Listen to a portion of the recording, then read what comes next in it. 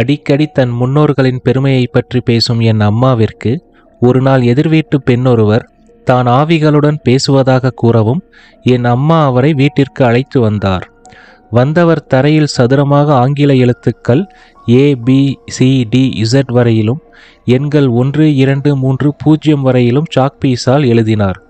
நடுவில் ஒரு வட்டமும் அதற்கு இரு பக்கமும் எஸ் நோ என்று எழுதினார். அதற்கு பெயர் அவுஜா போர்டு எனவும் அதன் மூலமாக நாம் இறந்தவர்களின் ஆவிகளுடன் பேச முடியும் என்றும் கூறினார். நானும் என் சகோதரியும் மிகுந்த ஆர்வத்துடன் பார்த்து கொண்டிருந்தோம். பிறகு அந்த சதுரத்திற்குள் இருந்த வட்டத்திற்குள் ஒரு சிறிய மெழுகுவர்த்தியை ஏற்றி அதனை ஒரு சிறிய டம்ளரினால் மூடினார். அந்த டம்ளரின் மேலே அந்த பெண்ணும் என் அம்மாவும் அவர்கள் சுட்டு விரலை வைத்து என் அம்மாவுடைய தாத்தா பல வருடங்களுக்கு முன்பு இறந்து விட்டவர் அவருடைய பெயரை சொல்லி அழைத்தனர். இந்த ப்ராசஸ் முடியும் வரை இருவரும் டம்ளரின் மீது இருந்து விரலை எடுக்கக்கூடாது என்று சொன்னார் அந்த பெண். சற்று நேரத்தில் டம்ளர் நகரத் தொடங்கியது. என் அம்மாவும் கேள்விகளை கேட்கத் தொடங்கினார்.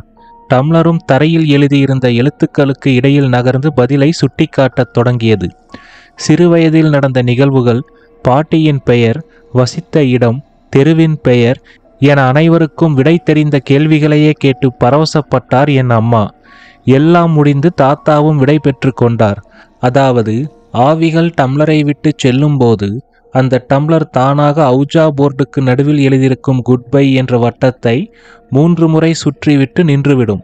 அந்த எதிர்வீட்டு பெண் கிளம்பும்போது நடுவுல டம்ளரை திறக்காம பார்த்துக்கோங்க, ஏன்னா ஒரு வீட்டில் பாதியில் திறந்து நிறைய கெட்டது நடந்துடுச்சு என்றார். அவர் சொன்னது எதுவும் என் காதில் விழவில்லை. எனக்கு ஏற்கனவே புத்தியில் மணியடிக்க ஆரம்பித்து இருந்தது. வேறென்ன, 8ஆம் வகுப்பு அரையாண்டு கொஸ்டின் பேப்பரை பற்றித்தான். அடுத்த நாள் என் நண்பனின் வீட்டில் நானும் என் நண்பனும் அவுஜா போர்டு வரைந்து அதன் முன் அமர்ந்தோம். அவன் வீட்டில் மெழுகுவர்த்தி இல்லாததால் ஒரு சிறிய கற்பூரத்தை வட்டத்திற்குள் ஏற்றி ஒரு டம்ளரால் கப் என்று மூடினோம். ஒரு பாதுகாப்புக்காக என் பக்கத்தில் செருப்பு இருந்தது. அவனுக்கு அருகில் துடைப்பம் இருந்தது. முதலில் என் தாத்தாவை அழைத்தோம். அவர் சற்று பிஸியாக இருந்திருப்பார் போல. நெடுநேரமாகியும் அவர் வரவில்லை. அடுத்து அவனுடைய தாத்தாவை அழைத்தோம். அவரும் வரவில்லை. எங்களுக்கு தெரிந்து இவ்வுலக வாழ்வை நீத்த அனைவரையும் அழைத்தோம். மகாத்மா காந்தி முதல் பாரத ரத்னா எம்ஜிஆர் வரை யாரும் எங்கள் அழைப்பை மதிக்கவில்லை. நாட்கள் கடந்தன. ஒருமுறை டம்ளருக்குள் வந்த தாத்தா தினமும் சோறு கேட்டார். நாங்களும் தினமும் அவர் படத்திற்கு முன் தட்டு நிறைய சோற்றை வைத்து கும்பிட்டுவிட்டு சாப்பிட ஆரம்பித்தோம். ஓரிரு மாதங்களுக்குள் ஏற்கனவே இறந்த உறவினர்கள் அனைவரும் எங்கள் வீட்டு டம்ளருக்குள் வந்து போய்விட்டார்கள். என் நண்பனுடைய வீட்டில் அவன் தாத்தாவை அழைக்கும் போது அவன் பாட்டி சற்று உணர்ச்சி வசப்பட்டு டம்ளருக்கு முத்தம் கொடுத்தார்களாம். ஒரு வீட்டில் பாகப்பிரிவினை சுமூகமாக இல்லை என்று சிலர் டம்ளரிடம் கோபப்பட்டார்களாம். இன்னொரு ஊரில் பழைய பகையால் கோபத்தில் டம்ளரை எட்டி உதைத்த கதைகளையும் நான் கேள்விப்பட்டேன். ஒரு சிலர் ஆவிகளுக்கென்றே ஸ்பெஷலாக வெள்ளி டம்ளரை வாங்கி பூஜை அறையில் வைத்தார்களாம். ஒரு சில மாதங்களில் டம்ளருக்கு முத்தம் கொடுத்த பாட்டி இறந்துவிட்டார். டம்ளரை எட்டி உதைத்தவரின் கால் விரல்கள் 2 ஒரு விபத்தில் துண்டாகிவிட்டதாம். 2 பெண்கள் விளையாட்டாக அவுஜா போர்டில் டம்ளர் நகரும்போது அதை திறக்க இருவரில் ஒருவர் பைத்தியமாகிவிட்டாராம். புறவிகளை விட வேகமாக பரவுவது புரளிகளே. டம்ளருக்குள் ஆவி பிடித்து அதன் மூலம் பரிசு விழப்போகும் லாட்டரி சீட்டை வாங்கி சிலர் லட்சாதிபதி ஆனார்கள். தொலைந்து போன சொத்து பத்திரங்களும் தங்க நகைகளும் பலருக்கு திரும்ப கிடைத்தன. இறந்தவரே டம்ளருக்குள் வந்து கொன்றவரை அடையாளம் காட்டியதாக கூட சொன்னார்கள். இது எந்த அளவிற்கு உண்மை என்று தெரியவில்லை.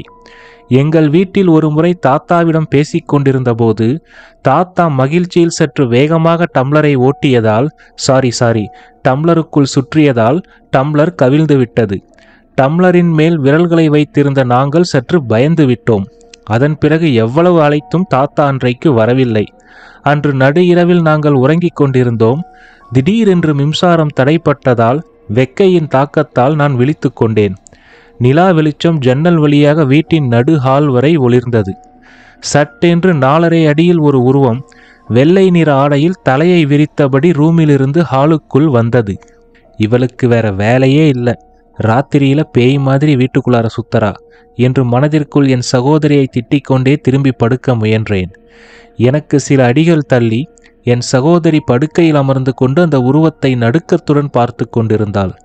என்ன இவ இங்க உட்கார்ந்துக்கிட்டு இருக்கா? அப்ப அது யாரு என்று பயத்துடன் நான் திரும்ப, அந்த வெண்ணிற ஆடை உருவம் நிலா வெளிச்சத்தில் தன் ஆடை தரையில் புரள இரு கைகளையும் நீட்டிக்கொண்டு சட்டென்று எங்கள் அருகில் மிக வேகமாக குனிந்தபடி வந்தது. பயத்தில் என் சகோதரி அலற, ஒரு நொடியில் நானும் அவளுடன் சேர்ந்து கர்ண கடூரமாய் அலறத் தொடங்கினேன்.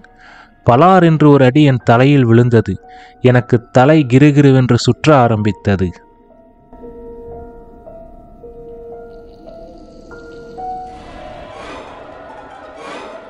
மிகவும் பயமுறுத்திய பேய் கதைகள்.